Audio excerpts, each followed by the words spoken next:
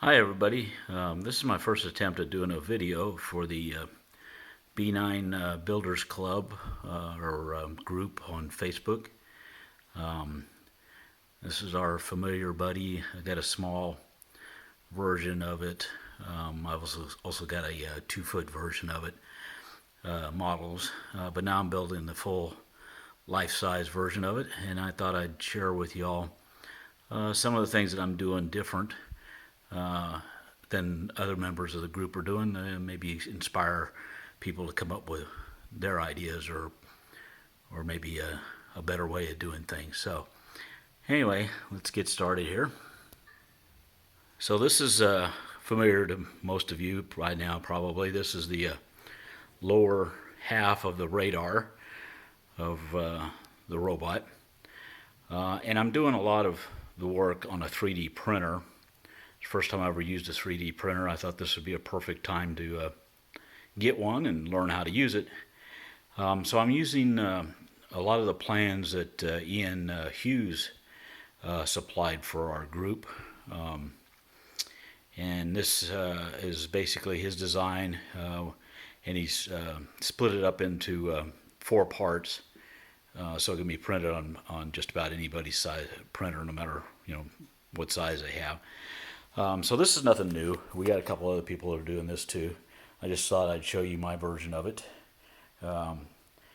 But anyway, that's the lower section of the radar. But what I'm doing different is on the inside. So let me flip this over, and we'll get into the inside of what I'm doing a little bit different. So the first thing I've done is I've dabbled in trying to design my own pieces, and I've come up with some mounting brackets. And you can see the 4 of them here labeled 1, 2, 3, 4, and they're basically made to fit a gear that I've also designed and printed on a 3D printer that's going to be used to rotate the radar. So the gear mounts onto this, as well as Lazy Susan, and then the acrylic crown. My crown's the same as just about everybody else's building, so I won't go into details on that. But anyway, that's where I'm mounting all that. And I've got one of these loose here, so I can show you basically my design.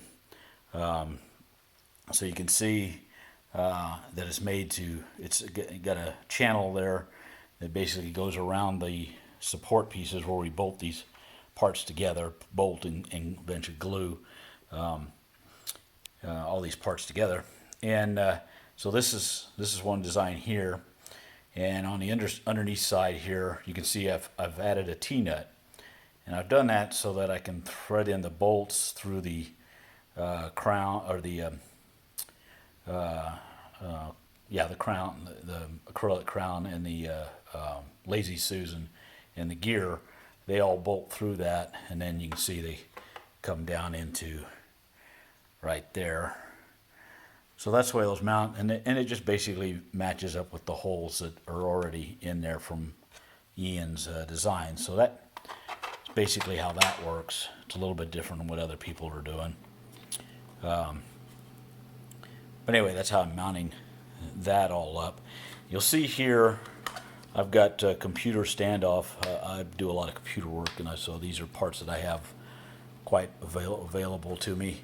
And so I just got the standoff there, and this is where electronics are going to go.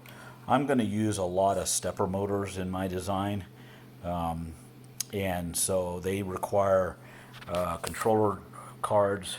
They're called drivers. Each motor needs one of those, and they also require 4 wires to control, plus the 2 power wires. So there's a lot of wires that are going to be running around here, more than what you would do if you're just using a standard gear motor and controlling it with a PWM type setup to control speed and direction. I'm going to try to use stepper motors in a lot of places, not everywhere, but a lot of places. And because I'm going to have a lot of wires, and because I'm trying to design this where it's easy to take apart and put together, especially if I decide to go to the shows after I get the stuff going. So I'm trying to design it where it's easy to take apart and not cause problems with the wiring. And so one of the other things I'm doing a little bit different, and I don't know how well you can see, well, you can see it pretty decent, I guess. I've got some plastic tees. They're tubing, they go for tubing, they're 1/2-inch tees. And I've drilled holes, let's see if we can get down here and show you, in the center part of the radar where the neck support goes through. I've drilled these holes here and put these tees in. So I center it a little bit better. And so I'm going to run the wires up through the pipe. The pipe, basically, the sport pipe goes up this way. And the wires will go in there and turn through there. And that way they're protected. As I take the bubble head off, on and off, I don't have to worry about jamming wires or pinching them or breaking them or anything like that, because they'll be protected in that part.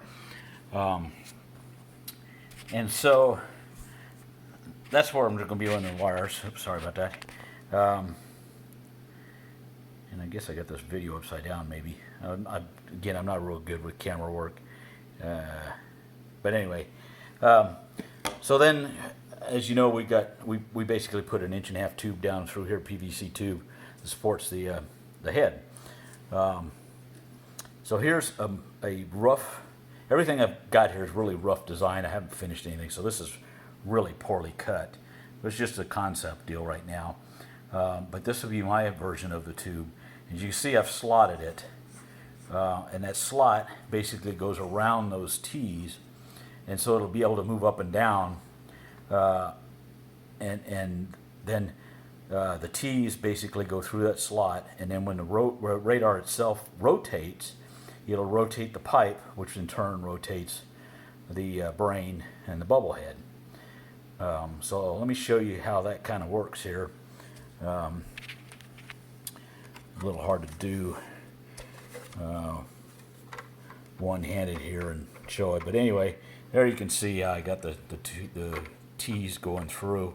I use tees because I was thinking maybe I might have a need for wires going straight up to the head, but if I do it straight up through the pipe, then it's going to be a little hard to take apart without having some help, because somebody will pull the head off and somebody has to hold it while another person disables the wires or disconnects the wires.